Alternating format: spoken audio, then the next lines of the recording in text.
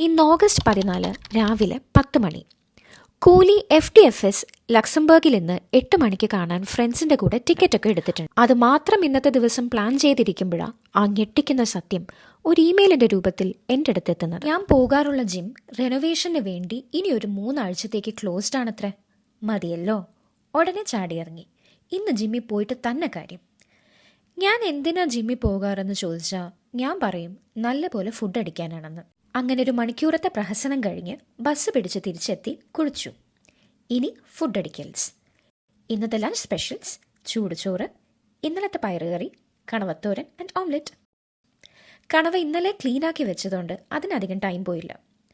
ഈ കണവയെ നിങ്ങളുടെ നാട്ടിൽ എന്താ വിളിക്കാറ്?